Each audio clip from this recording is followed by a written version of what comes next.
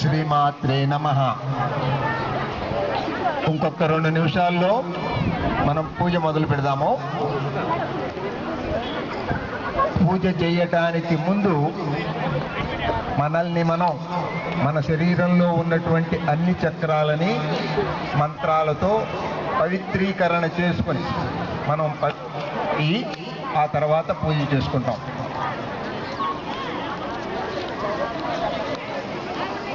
నూట 8 అడుగుల వ్యాసంలో ఇంత చక్కటి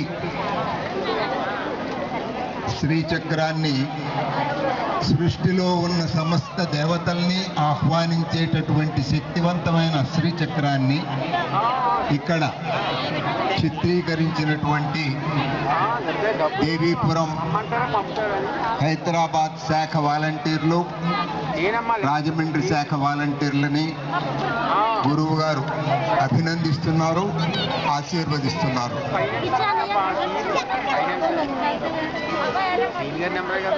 హైదరాబాద్ శాఖ, రాజమండ్రి శాఖ, విశాఖపట్నం శాఖ వాలంటీర్లు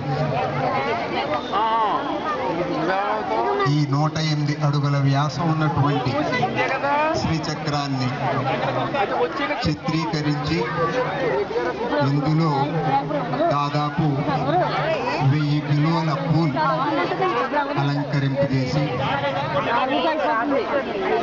బ్రహ్మాండమైన శక్తివంతమైన ఎంతో ఆహ్లాదంగా చూడడానికి కన్నుల పండుగ అంటారే, అలా కన్నుల పండుగగా ఉండేటటువంటి శ్రీచక్రాన్ని ఇక్కడ చిత్రీకరించారు. ఇప్పుడు మనం మంత్రం చెప్తూ ఉన్నప్పుడు మన శరీరంలో ఉన్నటువంటి చక్రాలన్నింటినీ యాక్టివేట్ చేసుకుని పవిత్రం చేసుకుని ఆ తర్వాత పూజ చేస్తాం.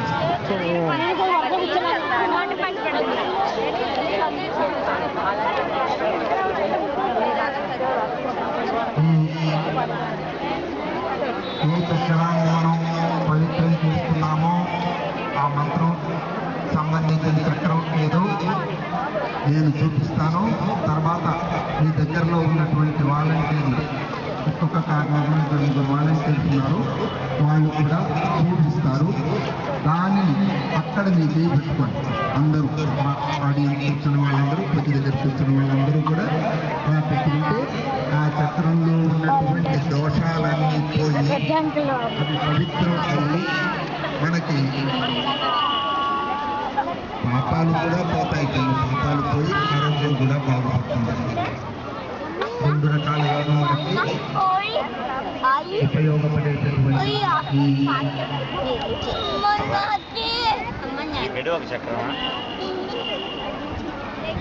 సిరి జ్యోతుల కాలం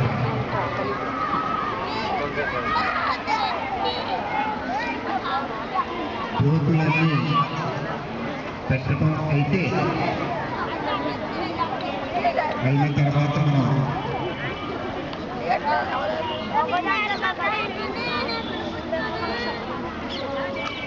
బ్యాడ్జీలు ఉన్న వాలంటీర్స్ లో ఉండి తమ్ముడు వెళ్ళిపోయినా ఎందుకు అక్కడ ఏదో కూర్చుంటే